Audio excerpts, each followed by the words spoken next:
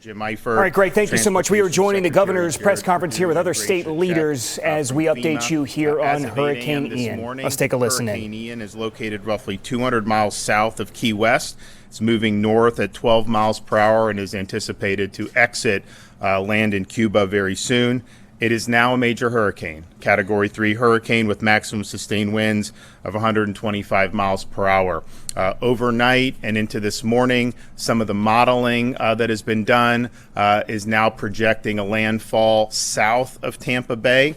I know we've talked about the cone of uncertainty where the landfall was projected. We had it in North Florida just a couple days ago. That's consistently been moved more east into the Florida Peninsula. Yesterday evening, there were a lot of solutions bringing it right into Tampa Bay. Now you have a lot of solutions bringing the landfall into the Sarasota area. There's still uncertainty with where that exact landfall will be.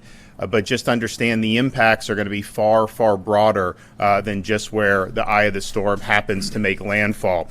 In some areas, there will be catastrophic flooding and life-threatening storm surge. And so if you're on Florida's Gulf Coast, from Naples all the way through the Tampa Bay area and some of the counties north of that, that could be something that happens. And it will certainly happen in some parts of Florida's Gulf Coast. Now, I know there's folks in Southwest Florida who remember Hurricane Charlie was projected to make a direct impact into Tampa Bay.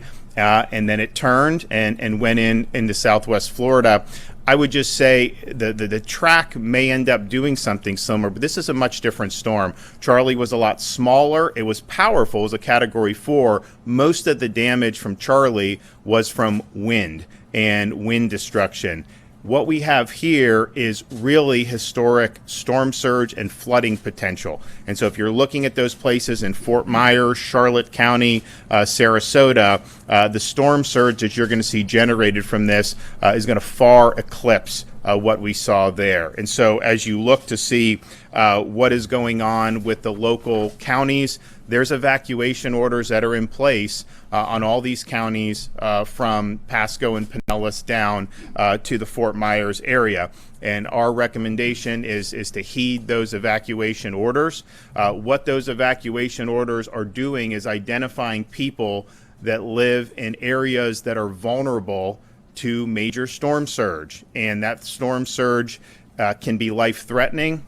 There's certain things we can protect against in terms of the wind and the structures, and we've got great building codes. But when you have 5 to 10 feet of storm surge, that is not something that you want to be a part of. And Mother Nature is a very fearsome adversary. So please heed those warnings. You do not need to evacuate to another state. You don't need to go hundreds of miles away. There's shelters that are open in all of these counties at this point. The important part of if you're under an evacuation order is evacuate to higher ground that is going to be safe from the type of surge and flooding that we're fearing with this storm. Of course, there's certain Floridians that may live in mobile homes or manufactured housing that would be vulnerable. If you're under an order, of course, you want to be in a structure that is going to be able to withstand some of the hurricane winds. But by and large, we're looking at really, really major storm surge up and down the west coast of Florida. There are people that, of course, are evacuating on different roadways. There has been traffic, but there has not yet been the backups where FDOT and FHP have opened the emergency shoulder lanes. They will do that once sustained speeds are at 40 miles per hour or less. And so when that happens, they will make that call. People will be able to use those, but don't use it until then, because that obviously, carries some risk if people, don't know that that's something that is going on. You also can use things like Gas Buddy to find gas stations in the area that have fuel. And I would note, if you look at these updated tracks that we've been getting this morning, and I think you'll probably see that reflected in the 11 a.m. advisory from the National Hurricane Center, you have potential paths of the storm entering Florida's Gulf Coast, cutting across the state and exiting into the Atlantic Ocean. That means some of those counties that are more interior, you could absolutely see power outages. You could see inland flooding. You could see various types of tree and damage from wind. So just be prepared for that.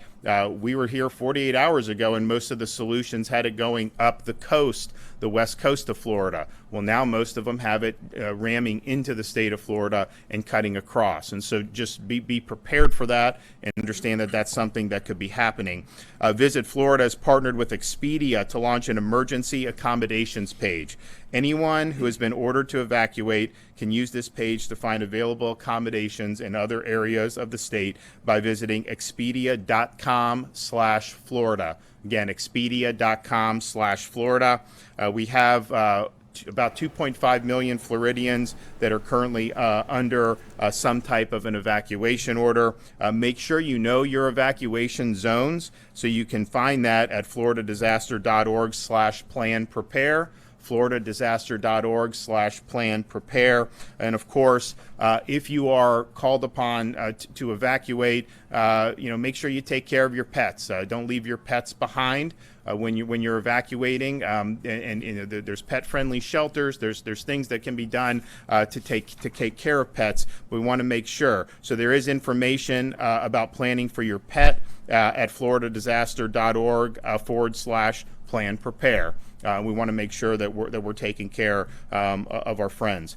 To find shelters, again, visit floridadisaster.org/shelters. floridadisaster.org/shelters. Most of these counties are going to have shelters within the county that are in higher ground. The buildings are going to be hurricane proof. They're going to be able to withstand a Category 3 hurricane in terms of the winds, but it's going to put you in a situation where you're not going to be vulnerable to the effects of the storm surge and the effects of the flooding. We have, of course, suspended tolls starting yesterday to assist people who may be moving around the state and following evacuation orders. You can look at those facilities at fdot.gov that list them. We may add more if there's a need to do that as the storm impacts other parts of the state, and we will make that announcement at the appropriate time. We have 26 school districts that have announced school closures, and you may very well have more as the track becomes more certain. If you want the most updated school information, go to fldoe.org/storminfo, fldoe.org/storminfo. We have 5,000 National Guardsmen that are activated. We've got 2,000 additional Guardsmen from other states, and I know Jim's been talking with other states, to help us with even more assets. We do have our urban search and rescue teams activated. We have 3 additional teams on standby, ready to deploy. Our FWC has officers placed in every county in anticipation of heavy rains and flooding. And you will see heavy rains in parts of the state that are not necessarily on Florida's Gulf Coast. We also have high water vehicles and shallow draft boats that are ready for immediate deployment to the affected areas. We also have FWC's aviation section placed on standby, and it's ready. All appropriate aircraft are ready for deployment for search and rescue and post-storm damage assessments as needed. FHP has implemented their 12-hour shifts. They've mobilized additional state troopers to the Gulf Coast. And, of course, our partners in the U.S. Coast Guard are standing by and are able and willing to assist. We do report today 100% of operating long-term care facilities do have a generator on site. Of course, we have a state of emergency for all 67 counties. We are going to keep that in place. I think if you look at the tracks that have come out this morning, the chance that you have major impacts in Northwest Florida, of course, have declined. But we also understand there's going to be people that are going to be evacuating, and we want to give every county flexibility to help their fellow Floridians. We have issued the waivers of weights for commercial trucks. We want the fuel and the resources continuing to come into the state. We've spoken with our partners there. They're going to keep doing it until it's no longer safe to do so, because they understand how important it is. We do have emergency refills of maintenance prescriptions. Those are authorized for another 30 days. And we now have 28,000 across the state between our investor-owned utilities, our municipal utilities, and our rural electric co-ops. More than 28,000 linemen are staged for power restorations across the state of Florida. And we understand as the storm hits and passes, the need to be able to restore power as soon as possible for as many Floridians as possible. Make sure you're executing your plan. This is imminent. We appreciate everybody in our counties who've worked very hard to execute their plans. Kevin will talk a little bit more about from the DEM perspective, but we've had about 500 requests for assistance from our counties. The state has fulfilled 466. Some others are on the way, and some will be fulfilled. They just can't be fulfilled until the storm actually hits. We mentioned sending medical professionals to Hillsborough County Special Needs Shelters. We sent another 120 to surrounding counties. We do have our logistical staging area in Polk County, and we will have additional staging later today. 300 ambulances supporting special needs evacuations have been deployed. Hundreds of generators and pumps have been staged, primarily in the Tampa area. And of course, pre-landfall food and water has been staged for Tampa Bay region. Now, as the track has moved a little bit more to where you have potentially greater impacts in Southwest Florida. I mean, we knew you were going to get storm surge all along. I mean, it's just the nature of a storm this big. However, Kevin is going to be mobilizing more resources to be able to assist those counties in the southwest portion of the state of Florida. Again, go to floridadisaster.org/get-a-plan to make sure that you have what you need. You know, you still have time today to execute what you need to do. If you're in an evacuation zone, you have time to be able to heed those orders. If you're not, you have time to be able to get whatever supplies that you may need to deal with what's going to happen over the next few days. I would just tell all Floridians who are in the path of this, you know, there's going to be interruptions in things like power. There's going to be interruptions in fuel, maybe interruptions in communications. That is to be expected, so just plan for that. And of course, all these resources are mobilized to try to restore the services as quickly as possible once it's safe to do so. Safety is paramount. When you're talking about storm surge like this, when you're talking about historic flooding, that water is a very, very difficult adversary. You do not want to put yourself in harm's way unnecessarily. So if you're ordered to evacuate, that's a decision based off what we're seeing with this storm, what your local officials are seeing with the storm, and the potential impacts that could have on your part of the state of Florida. And doesn't mean you need to go all across God's creation to evacuate. Just get to the higher ground, get into a safe structure. We have shelters open in all those counties now at the county level, and we would encourage people to do that. Once the storm passes, you could be able to get back in your home. We'll be able to assess whatever damage may have occurred and be able to make the necessary improvements and rebuild. But we can't unring the bell if you stay. And you end up getting washed away with a historic storm surge or get caught in really, really significant flooding. So Kevin Guthrie is going to say a few words, and then we're also going to have Jared Perdue from FDOT give an update on the traffic situation. Thank you, Governor, and good morning. I'm going to start with a bullet point that I actually don't have because it was just sent to me, but the National Hurricane Center is now predicting that landfall will be Venice in 35 hours at 125 miles an hour. So again, Venice in 35 hours at 125 mile an hour, making that a major Category 3 landfalling hurricane. We currently have more, as the governor mentioned, we currently have more than 500 active mission requests from our local partners, and we are working diligently to ensure that all the needs are met. The governor already mentioned that we are starting to move additional contract staff and additional resources into the Southwest Florida area. We do have the 5 urban search and rescue teams that are on standby, and we are moving those again around the state of Florida. I think it's very important to say that Tampa Bay region, you are not out of the woods yet. There is still going to be a storm surge event in the Tampa Bay region. We're waiting on that data to come in to see what those actual numbers are going to be, but you need to continue to heed the warnings that are in place for Pinellas, Tampa, Manatee, Hillsborough. Do not return yet if you have evacuated. Residents can expect power due to anticipated impacts from the storm statewide. We do have telephone companies on standby. We have the big three wireless companies here in our EOC with us. Floridians should be prepared and have a communications plan in place with their families on how they plan to communicate after the fact. During previous hurricanes, the cell towers did go down. We expect them to go down in this particular event. Residents should have alternate ways to communicate with friends, loved ones, and family. It's also important to remember when an evacuation order is issued, you may only need to evacuate tens of miles, as the governor has mentioned already, instead of hundreds of miles. Many people in the Southwest Florida area, your best bet is going to be evacuate across the state. Just go straight across the state to Broward, Miami-Dade, Palm Beach. Do not try to go north. That will certainly help the secretary from DOT to help manage that traffic.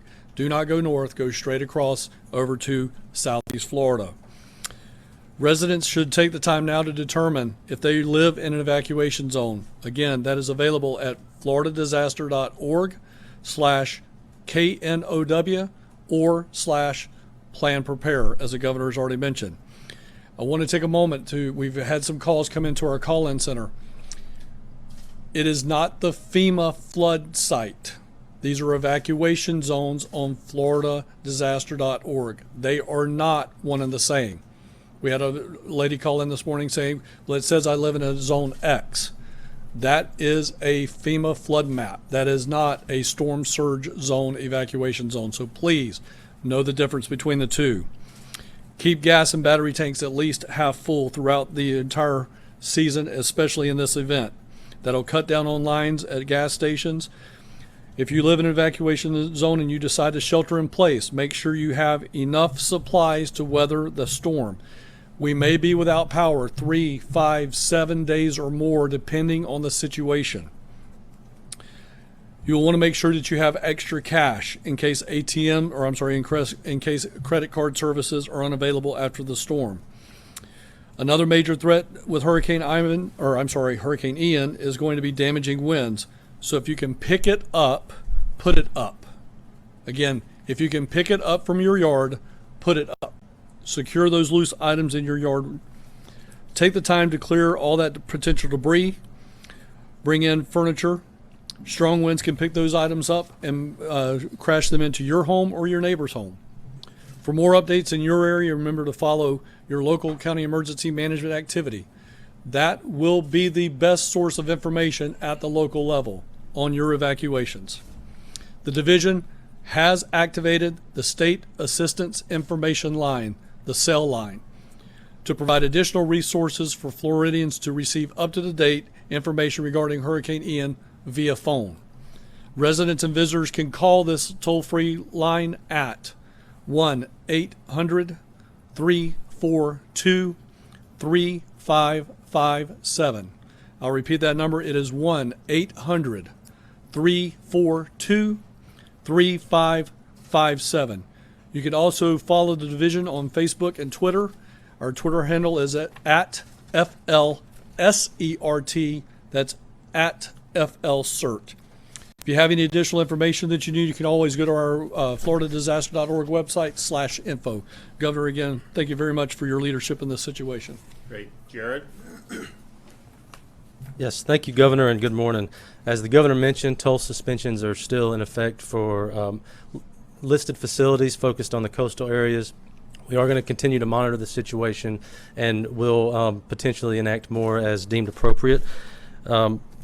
You can go to fdot.gov for more information on that.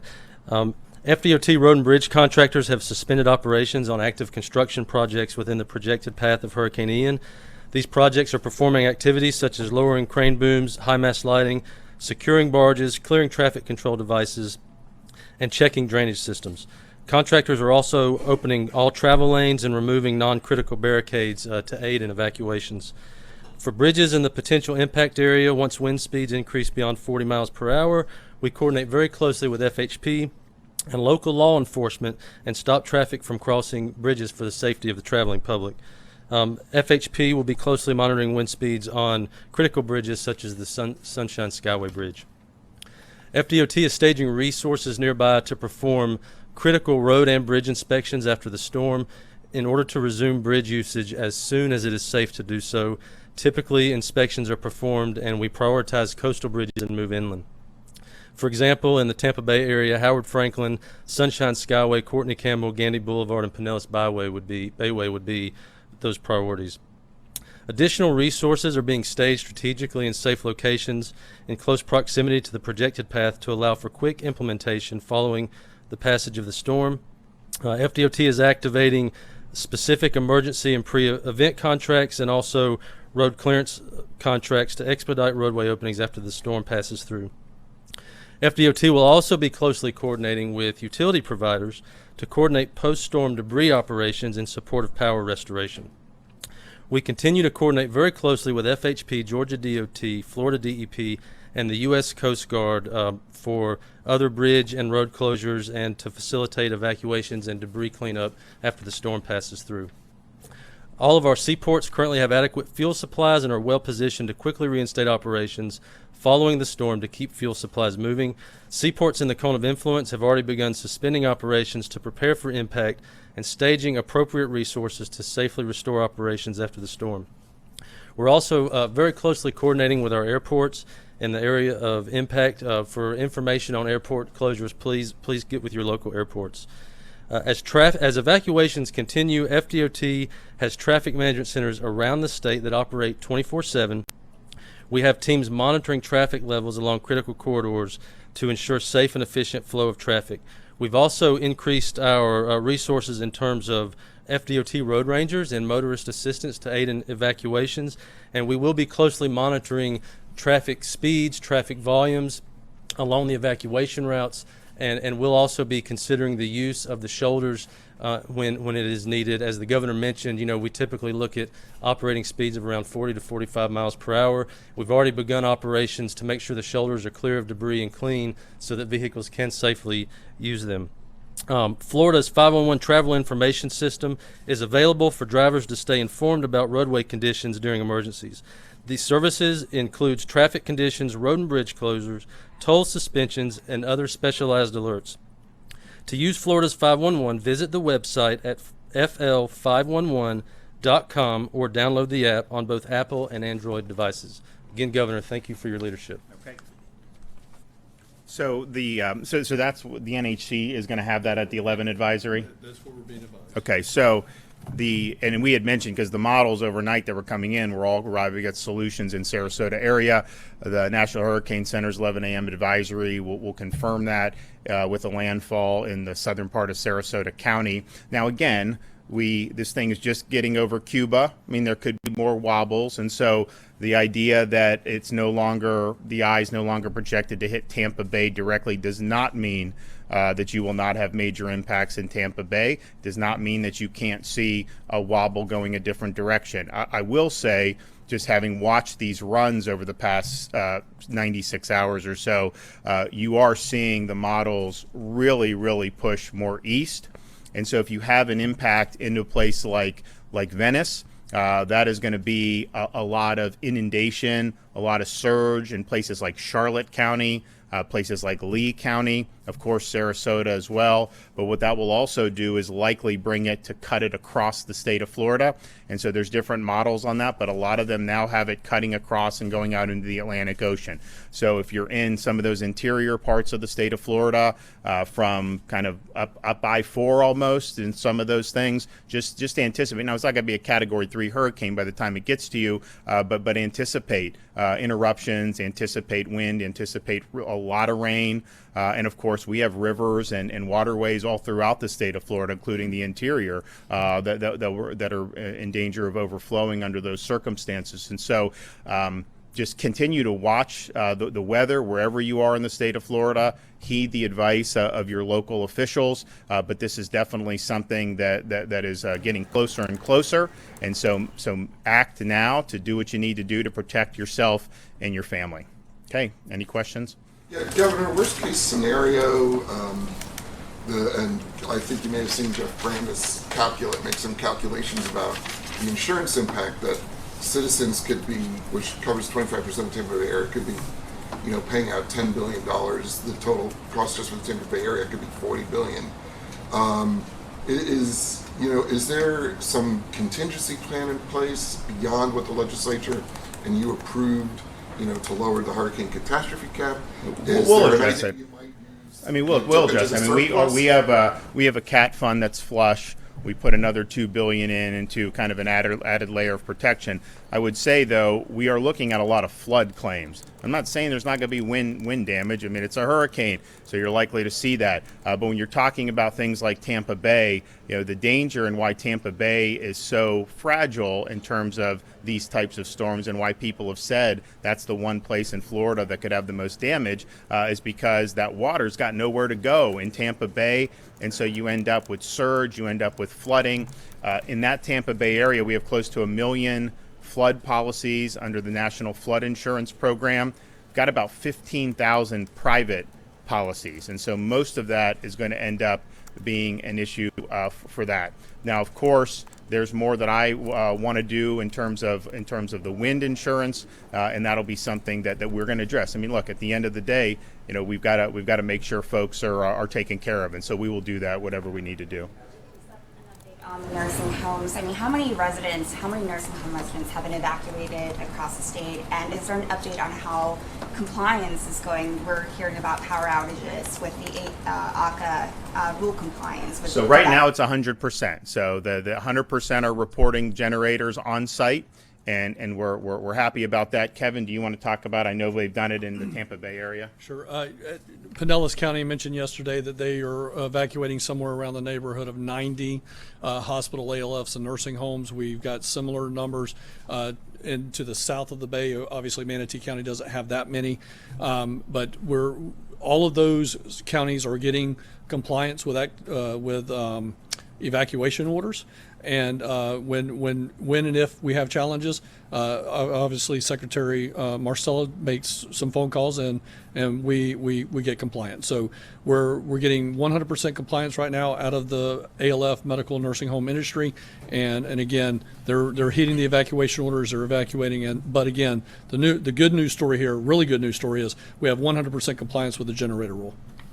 And Kevin will be moving. I think you already are in the process of surging more of the ambulances down to Southwest Florida. Obviously, we've had a lot staged in Tampa Bay, and there will still be support there. But as you look at the track shifting further south, there's going to be more needs there as a result. And so Kevin is doing that, and I think that's good. As you know, in southwest part of the state of Florida, I mean, we've got a lot of elderly residents, not just in ALFs, but certainly we've got a lot of those facilities in counties like Collier, Lee, and Charlotte. Yes, sir. Maybe a broad question. Do you have a guesstimate on how many people are in these areas that are going to be impacted by the up to 10 feet of storm surge and would need to be evacuated? I mean, do you have a count of like maybe thousands, millions of people? Well, there's under the current evacuation orders, which are probably Pasco down to Collier, would you say? Well, we have not run the numbers on the Fort Myers. Just got out. Okay, so but I mean, but it's over 2 million. Yeah, and so and again, this is not necessarily saying you have to evacuate to another state. It's not saying you have to go to Miami. It's not saying that all those counties have shelters within their counties. The instruction is you're in a vulnerable area to storm surge or flooding, evacuate to higher ground. And if you evacuate to higher ground in a structure that is sound, you're going to be fine. And that's something that we just want people to know. When they say evacuate, it doesn't mean keep traveling until you have no chance of being rained on or have no chance of having any. You don't need to do that. Obviously, it's a free country. People can get in the car and do what they want, but that's not what it means. The impacts as it gets into the state of Florida, if you are not in a low-lying area and you're in a structure that is sound, you're going to be okay when you do that. And so this is Charlie back in I guess 2004. That was like kind of a buzzsaw. It was a Category 4, a lot of wind damage, really, really destructive in terms of what it did in Southwest Florida. Of course, people thought it was going to hit Tampa, and then it shifted. Obviously, if you have a Cat 3, people say maybe it was. We were hoping it was gonna weaken before it hit landfall. The problem is the further east it's gone, the less time it has to weaken. Nevertheless, what this is really doing, because of the size of the storm is it's kicking up a lot of surge. I mean, those seas, the Gulf is going to be very angry as this comes in, and you're going to see that happen. And so the danger to life and limb is really from that surge and from that flooding, more so than the wind. Obviously, if you're in a mobile home and you have 120 mile an hour winds, I mean, that's going to be a problem, and heed the evacuation orders accordingly. But we've got a lot of Floridians who are in low-lying areas, and when you have storm surge of this magnitude, that can absolutely be life-threatening. We want everyone to be safe. Of course, if there's need for search and rescue, we've got resources. The counties have great resources. The state, National Guard, other states are helping, and we will do that. But just keep in mind that when you're doing that, those first responders are put at risk by going into those situations. So if you can avoid that at the front end by getting to a safer position, that is obviously going to be good, not just for you, but it's also going to be good for the people that may be called upon to go into harm's way. Can you give us an update on the fuel supply? This may be a question for Secretary Perdue, but have y'all considered making all of the lanes eastbound out of Tampa? So I'll let him amplify that, but basically that issue has been studied by the department over about 10 years or so. And what they have determined is that it's more efficient to just expand into the emergency lanes and the shoulders and open those up for more traffic rather than try to make everything going in one direction. I think part of the issue is we need to access it in the other direction to help people and to bring in supplies. But I'll let Jared talk more about it. Yeah, absolutely. What you're referring to would be what we call contraflow, and we have done many studies, and we actually have proven that using the shoulder for emergency evacuations is a successful way to do it. You do need the other side of the facility for continued access for first responders and life safety missions. So, yeah, so we have successful examples of that, and we'll be closely coordinating throughout to make sure traffic continues to flow. And he's going to look. I mean, they will open those lanes once you have less than 40 miles per hour sustained traffic flow. And the places where that would happen would, of course, be I-75 north out of the Tampa Bay area or in Sarasota, but also I-75 going across Alligator Alley. And then, of course, I-4. Someone was showing some stuff about there's some traffic on I-4 last night. And so they're watching that. It has increased. Although I think most Floridians who are familiar with Central Florida know you could be between Tampa and Orlando on I-4 and run into traffic really at any hour of the day. But they are sensitive to that. They will open that up to be able to increase the flow. And basically, as soon as that under 40 happens, then they will do it. But by and large, we've seen an increase on the roads, but you still have flow, and that's monitored on a minute-by-minute basis. Are there areas where there are shortages? Is everything in terms of like fuel supply? Fuel supply, Kevin, you want to address that? I know technically the ports fall under Secretary Perdue, but we did talk to the Ports Council Executive Director, and everything is topped off. Now, at 8 o'clock this morning, West Coast ports were closed by the U.S. Coast Guard, but the port is not closed. It's closed to sea traffic. It is not closed to the fuel racks. So we can still keep getting fuel from those tanks and get that back out into the market. And we're still doing that. That's happening right now at every port on the West Coast, but we are officially closed. But before they closed, they topped everything completely off. And just, as people, of course, the fuel, keep that flowing, get the power back on. I mean, people are going to want to go back to their homes. I mean, there's a lot of people that have been evacuated in, say, Pinellas County. There's more evacuations all the way down the Gulf Coast. When the bridges reach a certain sustained wind, 40 miles an hour that FDOT will alert local law enforcement, and they will stop access to the bridge because it's not safe as you get above that. Once the storm passes, the bridges will be open, but they will be evaluated for integrity and safety, because you don't want, if there's something that happened, to put people over bridges that aren't safe. So if you're thinking about someplace like the Tampa Bay area, you have Courtney Campbell, you have Howard Franklin, Gandy, you have Sunshine Skyway. Those are going to be inspected. Jared has people ready to go. The Army Corps has people ready to go. We understand that's a priority, but we also want to make sure that it's safe. To the extent that the storm goes more in the Venice area, You're looking at different bridges in and out of Charlotte and Lee County. So you will have, at some point, those will be suspended in terms of people being able to use those. And then once the storm passes, they are going to be evaluated for structural integrity as well. So really from Southwest Florida up into the Tampa Bay area, we've got a lot of bridges getting in and out of these communities, and they're all going to be evaluated, and we want to make sure that they are, if they're safe and still sound, which we anticipate they will be. But this is a significant storm. Some of them that may be a little lower. There'll be water pushing up. So there's just a lot of factors. But that will happen. So just plan on when the storm passes. There may be a short period of time where that is being evaluated, and that's just being done for people's safety. Yep. Sort of a morbid question, but with the reality of this being a rainstorm and there being flooding and of course drownings and whatnot, I don't know if the state has given any estimate of how deadly this storm is going to be, given those sort of... I think it's hard to say. I mean, I think that the people that, when your local emergency officials are instituting an order for evacuation, the purpose of that is to protect people's lives.